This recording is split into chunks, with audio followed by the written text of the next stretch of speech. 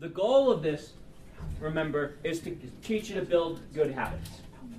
And that completely fulfills the goal of teaching you to write consistently during the semester, build good habits for writing, see if this daily writing thing works for you, if it creates better fiction. That's the goal.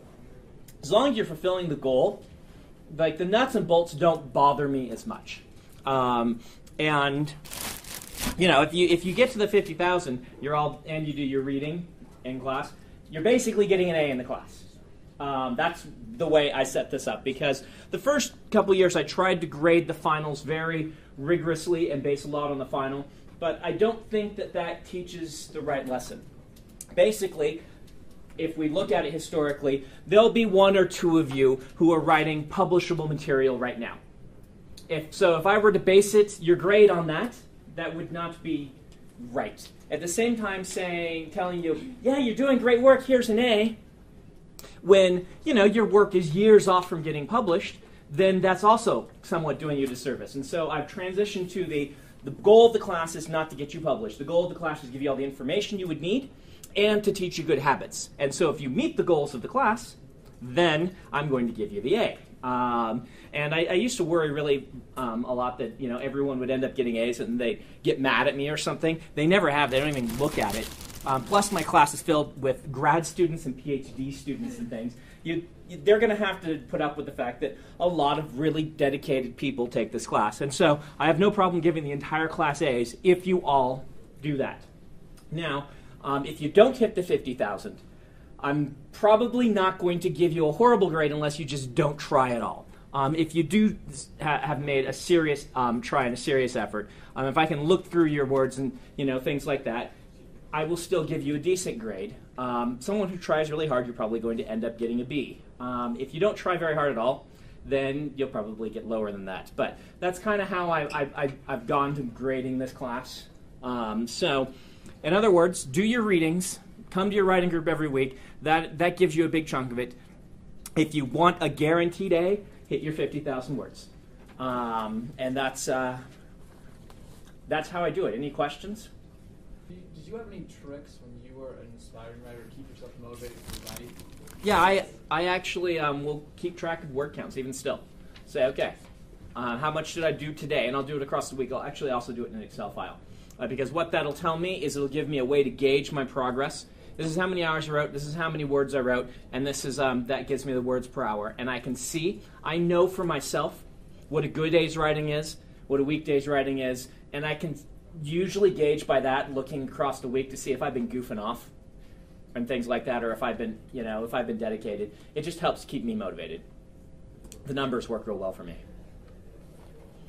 How do you turn off your internal editor? I have a lot of practice knowing what I can fix in post.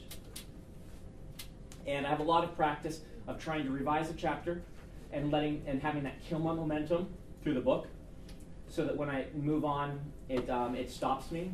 And so I don't go back and revise unless it's really a big deal, meaning it's going to kill my momentum worse to not have this fixed. And for me, that generally means unless a character is not working, I just keep going, and I will leave myself notes. It often helps at the top of a chapter. Three asterisks followed by, okay, this is what I'm changing for this chapter. This is what I'm trying out. Here's something new, and then write that chapter that way, and see if I like it. And that might help for you.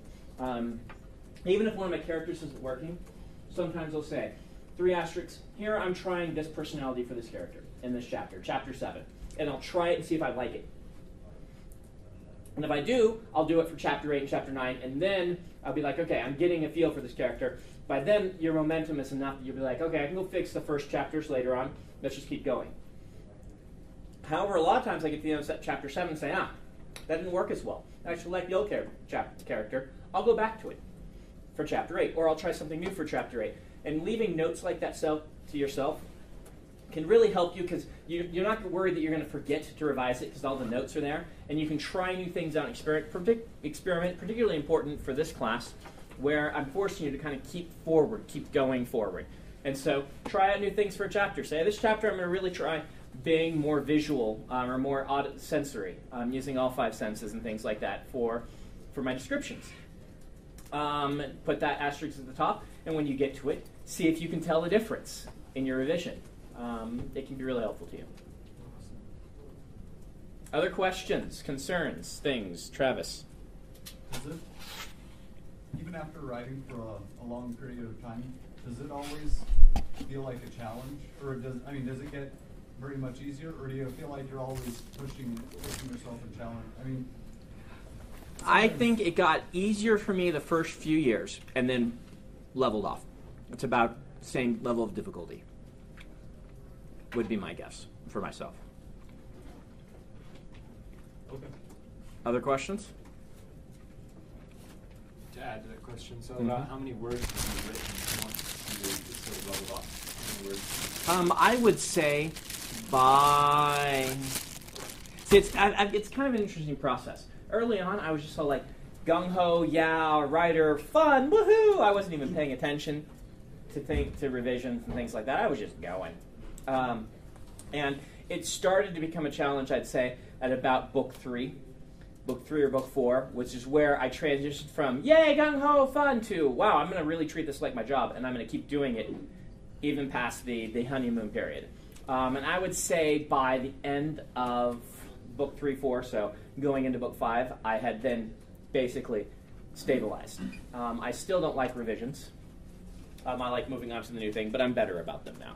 That's still the part of the process I hesitate on the most.